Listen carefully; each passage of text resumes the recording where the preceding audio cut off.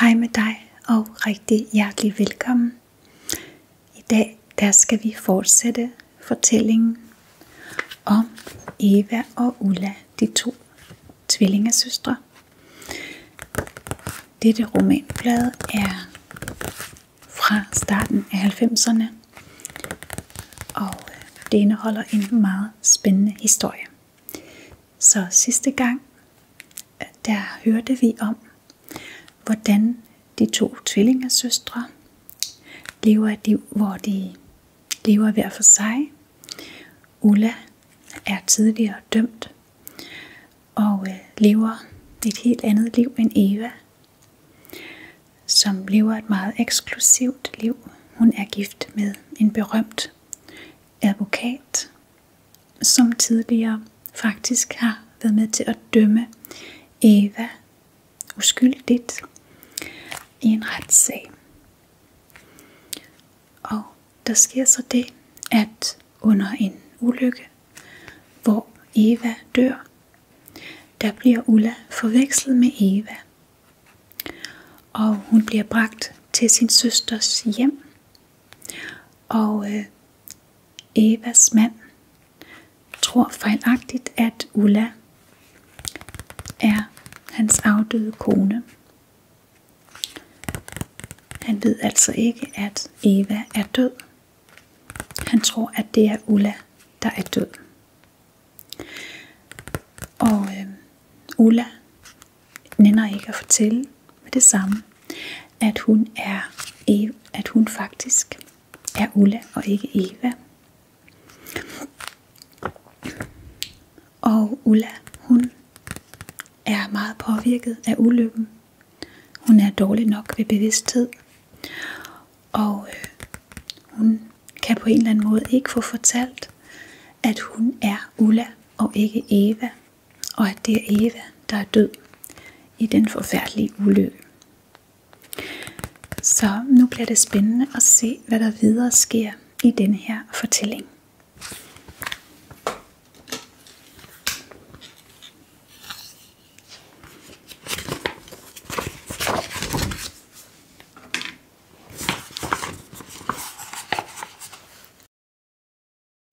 I flere dage var Ulla dybt i chok. Hun kom kun nu og da til bevidsthed. I nogle korte øjeblikke. Men ikke så meget, så hun kunne finde ud af, hvor hun var. Og hun kunne heller ikke blive klar over, hvad det var, hun havde oplevet. Spøgelsesagtige skikkelser omgav hende. Men uanset hvor meget hun anstrengte sig, kunne hun ikke genkende nogen af dem.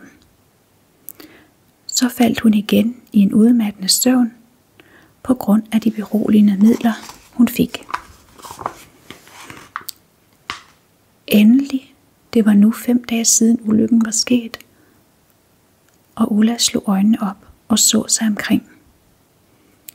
Hun blev med det samme klar over, at hun befandt sig i et værelse, hvor hun aldrig havde været. Hun lå i en stor seng med en lyseblå dyndune. Der stod lyse spinkle møbler på det rosa gulvtæppe.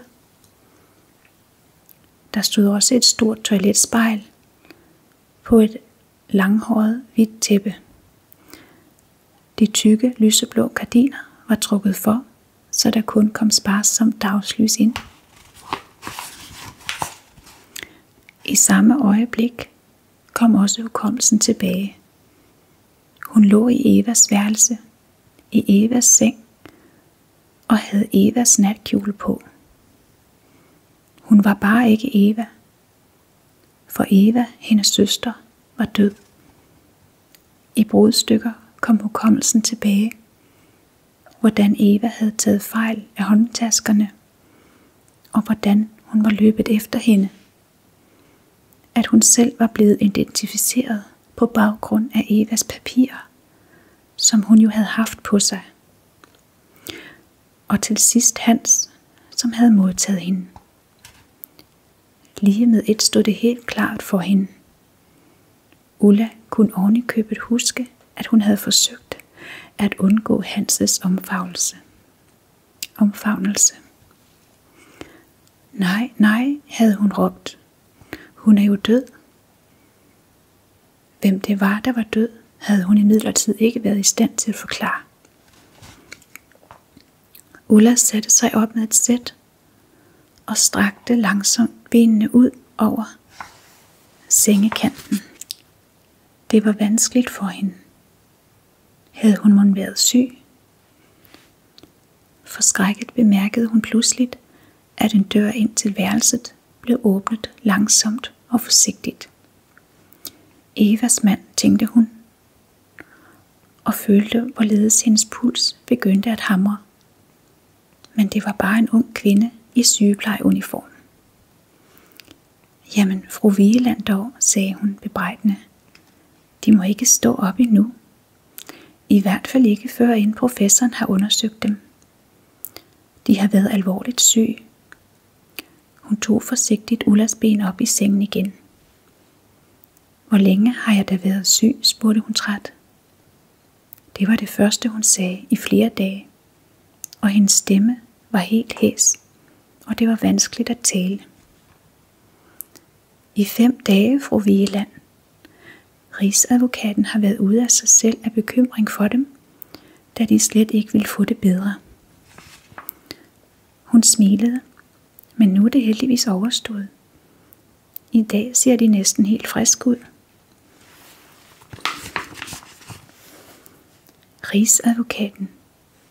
Ullas hjerte krympede sig af angst. Han havde altså ikke genkendt hende, men taget hende for at være Eva, ligesom alle de andre. Og nu ville han snart stå her foran hende, og hun ville være nødt til at fortælle ham sandheden i hans grå øjne. Hun huskede farven helt præcist. Ville hun kunne læse den samme foragt, som han allerede dengang havde udvist over for hende? Måske ville han ikke engang tro på hende, men være af den opfattelse, at hun havde spillet teater. Han havde jo heller ikke troet på hende dengang i retssalen. Hvor er rigsadvokaten? Spurgte hun. Han er her ikke i øjeblikket. Han havde en vigtig aftale, som ikke kunne udsættes. Han er nok først hjemme ved middagstid. Tak, sagde Ulla og lagde sig lettet tilbage i sengen. Da sygeplejersken havde forladt soveværelset, begyndte hun at spekulere febrilsk. Hun havde fået en lille frist til at overveje, hvordan hun skulle sige det til Hans Vigeland. Hun havde mest lyst til, uanset hvor svag hun var, at stå op og forlade huset i al ubemærkethed, for i det hele taget at blive fri for at møde ham. Men hun var klar over, at det næppe ville lykkes for hende. Hun var overhovedet ikke kendt i denne store villa, som Eva havde fortalt om. Desuden var der sikkert en hel masse personale og den øvrige familie. Hvis de fik øje på hende, ville de jo holde hende tilbage. Der var altså ikke andet at gøre, end at fortælle sandheden. Pludselig kom hun i tanke om, at sygeplejersken havde talt om, at der ville komme en læge. Hvad nu, hvis hun fortalte sandheden til ham? Et spinkelt håb kom op i hende. Måske kunne han hjælpe hende med at komme væk herfra.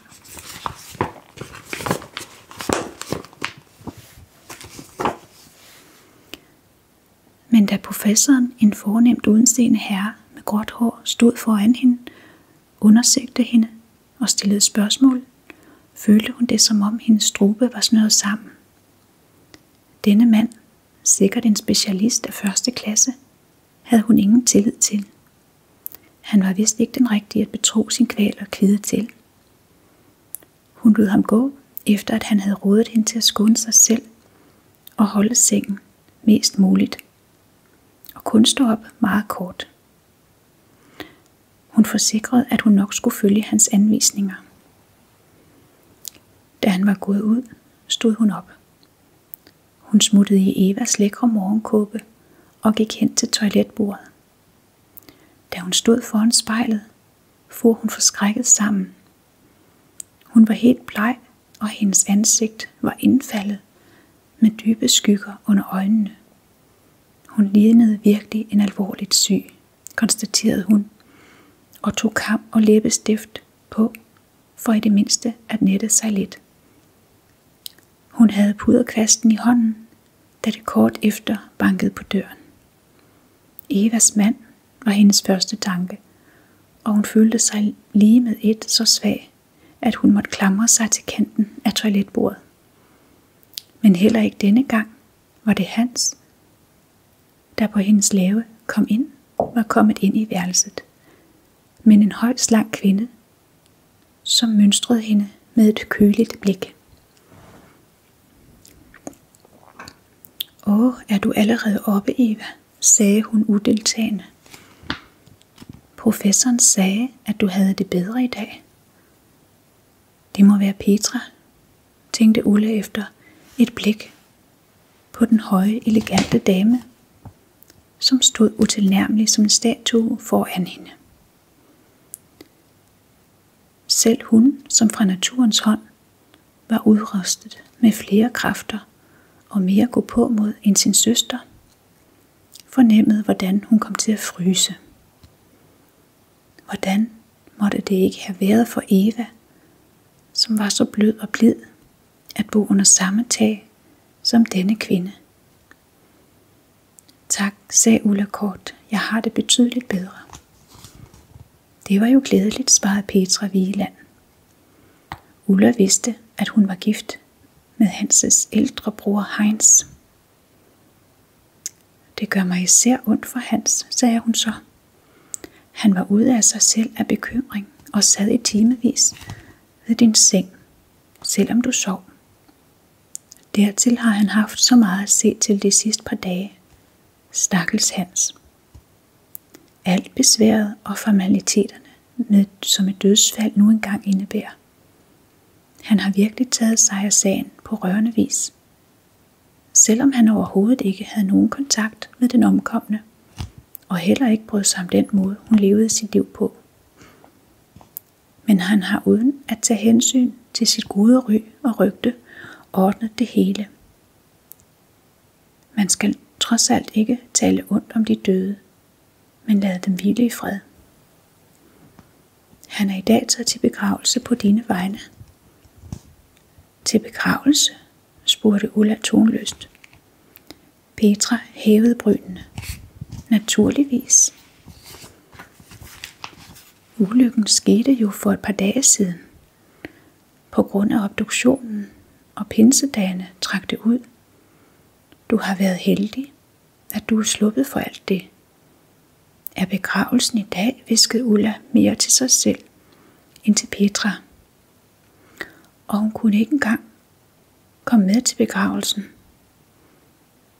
Med en tør hulken slog Ulla hænderne for ansigtet. Nu skal du ikke hisse dig op igen, Eva, sagde Petra kort. Tænk på Hans og vær fornuftig. Professoren havde alligevel ikke givet dig lov til at tage afsted. Og hvis jeg kender Hans ret, så er det hele foregået smukt og værdigt. Hun trak på skuldrene. For dig er det naturligvis en stor sorg, at du har mistet din eneste søster. Det forstår vi alle sammen godt. Dertil kommer, at du næsten var vidne til begivenheden. Men måske er det godt, det er gået som det er. Den stakkel var nu engang kommet ind på en skæv løbebane. Hvad kan et menneske håbe på, når det er tidligere straffet? Intet firma med respekt for sig selv vil ansætte vedkommende, og ingen ordentlige mennesker vil have noget med vedkommende at gøre. Der bliver så kun et par tvivlsomme leveveje tilbage, og der vil det så igen gå ned ad bakke. Måske har skæbnen sparet hende for meget ved at lade hende dø i en ung alder. Ulla stod nu lige ret op og ned i sit værelse. Hun var blevet kridhvid, mens hendes formodede svigerinde havde talt. Alt blodet var veget fra hendes ansigt. Alligevel følte hun ingen svaghed, men hårdhed og stolthed følte hun kom op i sig. Hun måtte virkelig forsøge at undertrykke kravet om at skrige denne hovmodige kvinde ind i ansigtet. At hun var Ulla, og at hun, selvom hun havde været anklaget og været i retten dengang, ikke havde tænkt sig at havne i rendestenen. Men hun bed sig i læben. Hun ville tie. Hun skyldte ikke at stå til regnskab af nogen art over for denne kvinde, kun over for hans hvigeland. Jeg siger tak for dit besøg, Petra, sagde hun, så køligt hun kunne. Men nu må du have mig undskyldt. Jeg vil lægge mig. Professoren har forskrevet mig megen ro og hvile. Hun vendte tilbage til sengen. Døren havde dårligt lukket sig efter Petra, før Ulla igen følte sig svag og elendig. For første gang siden Evas død kom gråden op i hende, og en hulken gennemrystede hende. Hun græd ikke bare over Evas død, hun græd også over sin egen skæbne. Og hun græd så voldsomt, at hun ikke hørte, at der kom nogen ind i værelset. Hans kastede et blik på sengen og så den rystende og grædende skikkelse. Og han var hos hende i et par store skridt. Eva, elskede, du skal ikke græde, hviskede han rystet, og tog hende i armene.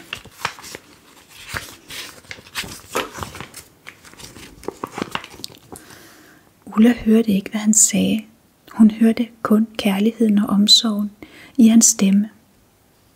Følte det forsigtige, men faste greb af hans hænder gennem den tynde natkjole. Da hun drejede hovedet, så hun ham sidde på sengekanten. Instinktivt trak hun dynen op omkring sig. Hun var forskrækket over hans uventede opdukken. Så forskrækket, at hun holdt op med at græde. Hvor tit havde hun ikke i de måneder, hun havde siddet i fængsel, set hans ansigt for sig. Den karakteristiske, energiske hage, den hånligt fortrukne mund og de kolde grå øjne. Og hun havde hadet ham og betragtet ham som en mand, der bare var hård og uden menneskelige følelser. Nu aftegnede der sig et ansigt af bekymring og omsorg. Tag det nu roligt, sagde han blidt og tog hendes kraftesløse hånd og beholdt den i sin. Nu er jeg nødt til at sige det, tænkte Ulla i panisk angst. Nu må jeg begynde at forklare ham det hele. Men så begyndte han igen at sige noget. Jeg ved, at det er svært for dig, Eva. For jeg ved også, hvor højt du elsker din søster. Og hvor slem adskillelsen har været for dig. Men nu må du være stærk og tapper.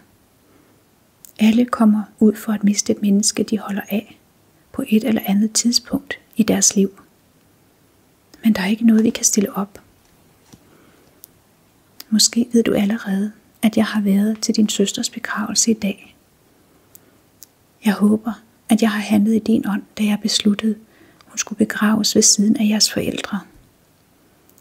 Jeg har forsøgt at ordne alt, som jeg tror, at du ville have gjort det, hvis du havde været i stand til det. Jeg lagde en krans med dit navn på graven sammen med et buket roser. Jeg ved, hvor glad du er for roser. Og jeg lagde også en krans fra mig selv. Tak, hviskede Ulla.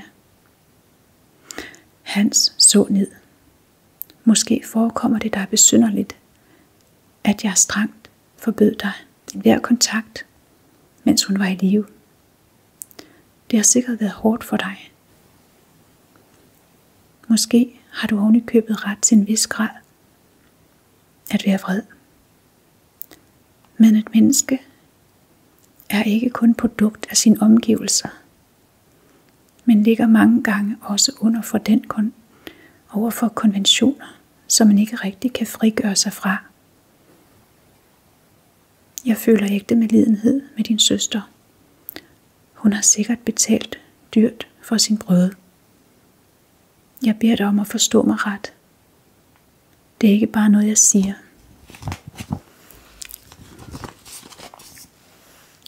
Det ved jeg, sagde Ulla tonløst. Hans ord havde igen fået tårerne frem i hendes øjne, uden at hun havde kræfter til at tørre dem væk. Jeg har følt, at din søster ofte stod imellem os, fordi jeg tvang dig til udflugter og hemmelighedskræmmeri. Jeg er bange for, at det på grund af hendes tragiske død vil blive værre. Alligevel beder jeg dig om at tilgive mig. Jeg elsker dig, Eva. Ulla så ned. Hun følte virkelig, at hun ikke kunne holde ud at se ham i øjnene bare et sekund mere. Intet af det, han havde sagt, havde været bestemt for hende. Eva, kvinden, som han elskede så højt, var død. Og hun var Ulla. Hun kunne ikke lade ham blive i denne skrækkelige misforståelse et minut længere. Hun skulle overhovedet ikke have tilladt, at han var begyndt at tale. Nu følte hun sig endnu mere skyldig. Nej, udbrød hun ophidset. Det er alt sammen anderledes. Helt anderledes. Jeg ved ikke, hvordan jeg skal begynde. Kun at jeg er nødt til at sige det. Men han slog hende ikke tale ud. Han tog hende omkring skuldrene. Han trak hende ind til sig. Så mærkede hun hans mund imod sit ansigt. Hvordan han kyssede tårerne væk fra hendes øjne og kinder. Og til sidst fandt hendes mund. Hun orkede ikke at gøre modstand, men lå ubevægelig i hans arme, mens hendes hjerte bankede helt op i halsen på hende. Nu slap han hende endelig. Undskyld, sagde han hæst. Jeg glemte, hvor syg du var for bare kort tid siden. Derfor vil jeg heller ikke have, du siger mere. Det er alt sammen for meget for dig. Ulla nikkede. Jeg er træt, hviskede hun træt. Hans strøg hende kærligt over håret. Så forsøg at lægge dig til at sove. Er der noget, du gerne vil have? Skal jeg bede pigen om at komme med noget? Men Ulla rystede på hovedet. Nej tak, ikke noget, sagde hun lavt. Straks efter faldt hun i søvn. Solen var næsten ved at gå ned, da Ulla vågnede. Hun følte sig rigtigt forfrisket, men da bevidstheden vågnede, kom samtidig de pinefulde tanker og spekulationer. Ville det være muligt for hende at fortælle denne mand, som var helt anderledes, end hun havde forestillet sig, sandheden? Pludselig fik hun en idé. Denne aften ville hun udgive sig for at være Eva og spille Evas rolle. Og i morgen ville hun finde Evas pas. Så ville hun vente på, at lejligheden bød sig, til at hun kunne forlade huset på normal vis. Havde hun Evas pas, kunne hun rejse langt bort, og så derfra tilstå alt i et brev. Lettet over at have fattet en beslutning, stod hun op og gik langsomt hen imod en dør, bag hvilken hun formodede, at badeværelset lå. Det var badeværelset. Det var holdt i rosa og sort, og var yderst moderne og veludstyret. Et stort badekar og brusekabine, en stor håndvask og et smukt mosaikgulv. Lækre, tykke frottéhåndklæder.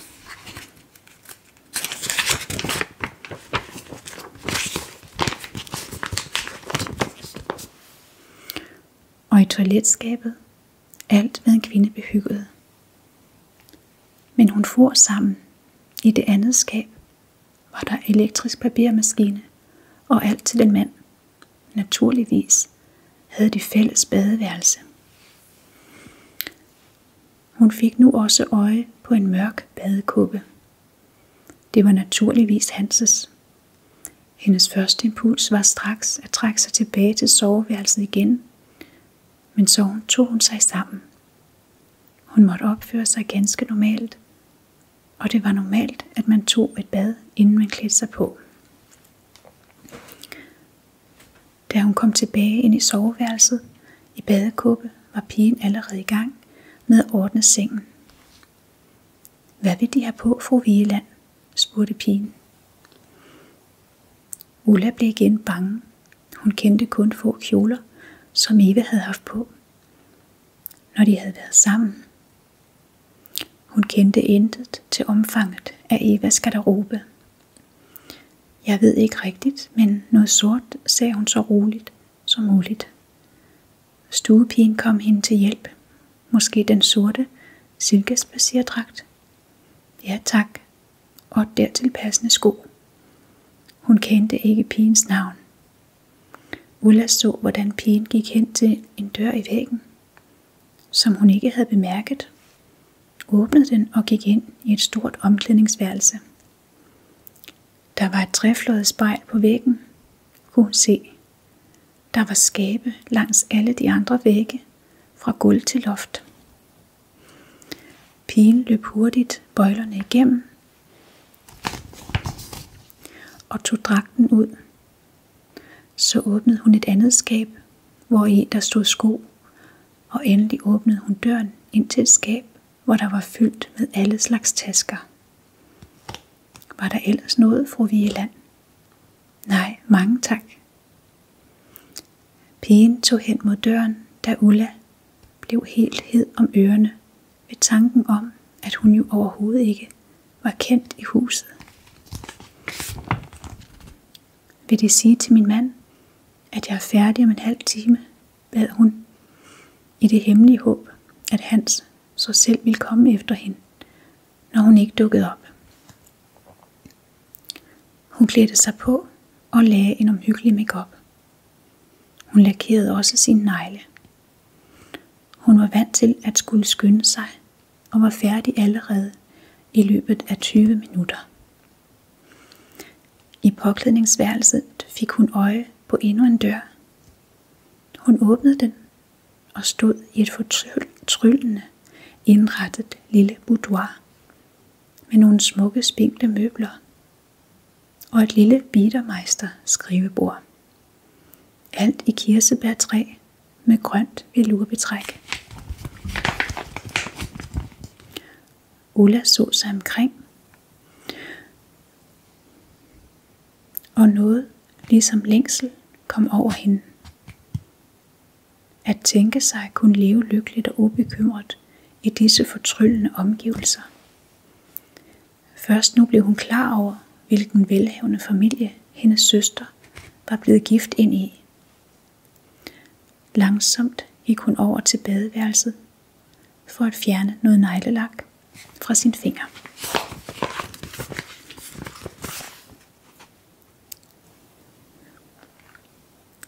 Da en dør bag hende blev åbnet. Den lå lige over for døren til hendes soveværelse. Er du allerede færdig? Udbrød Hans glad. Jeg skulle bare lige vaske mine hænder. Ulla så over skulderen ind i et andet værelse, holdt i nogle mørkere farver. Tilsyneladende Hanses soveværelse. Har du det bedre? Spurgte han smilende. Hun nikkede og smilede til ham. Jeg er lidt sulten, sagde hun så tøvende. Han tørrede sine hænder. Godt, det glæder mig, og det er i hvert fald et godt tegn.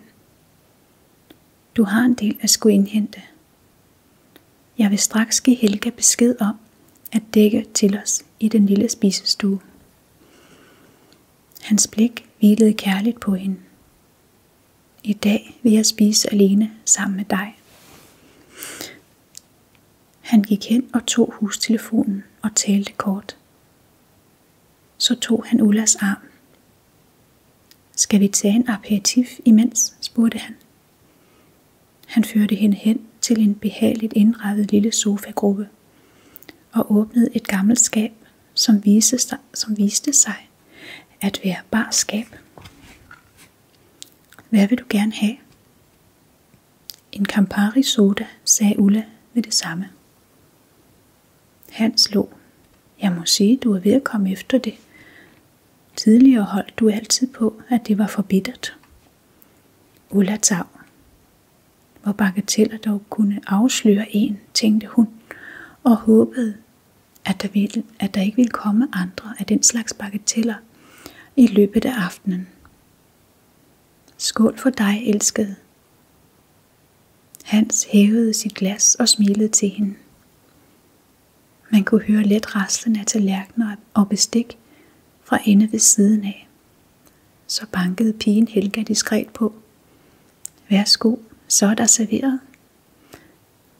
Sølv, krystal og dyrt porcelæn skinnede på den hvide dug.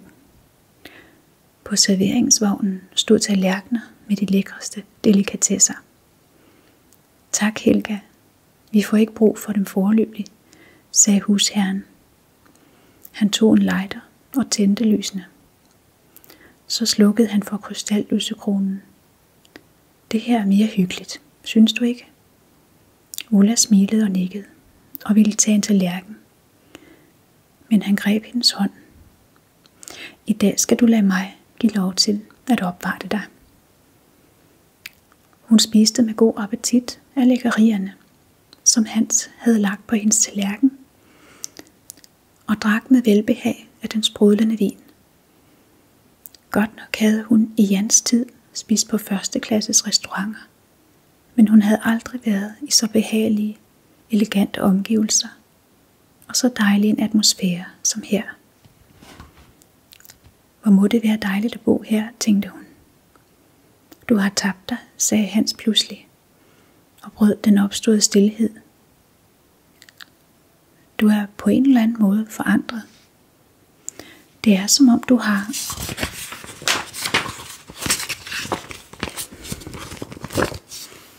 strøget alt det barnlige, der stadig var i dig, af dig. Ulla stirrede ned i sin tallerken.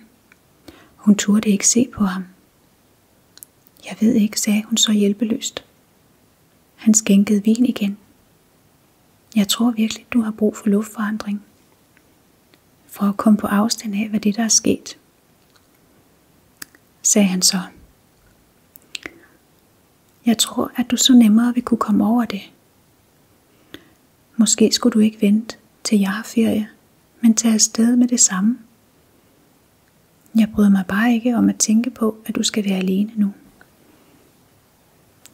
Nu fik Ulla igen en idé. Det er løsningen, tænkte hun. Den bedste løsning på, hvordan jeg skal komme væk herfra. Jeg kan godt tage afsted alene, sagde hun. Det ved jeg, sagde Hans og smilede til hende. Men det ville være mere beroligende for mig at vide, at du har selskab. Måske har Susanne lyst.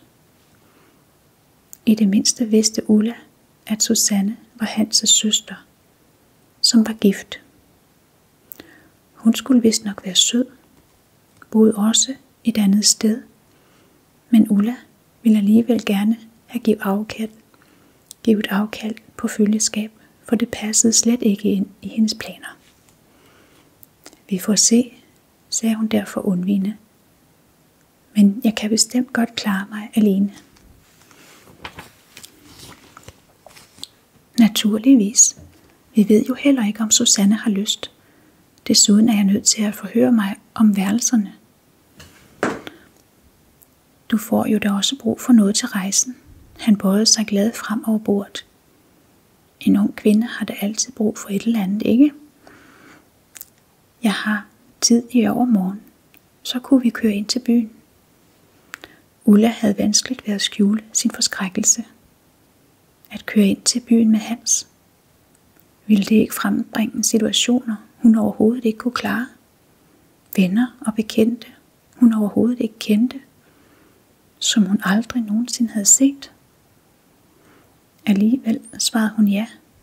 Der var ikke andet, hun kunne gøre. Hans foldede sin serviet sammen.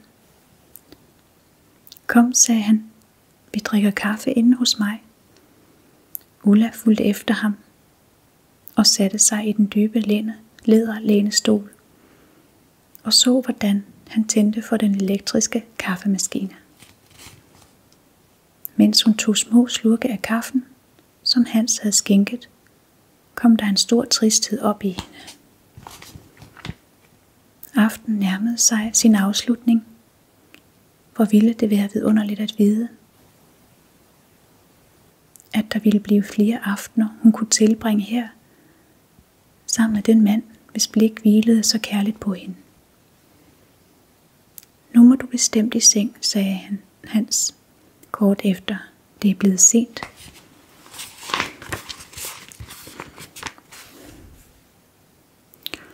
Og du var meget syg. Ulla protesterede svagt, men det hjalp ikke. Han fulgte hende til hendes værelse. Hun kunne mærke, hvordan hendes hjerte begyndte at hamre. I hans øjne var hun hans kone. Han kyssede hende blidt på munden. Sov godt, elskede, sagde han ømt og gik hurtigt ud.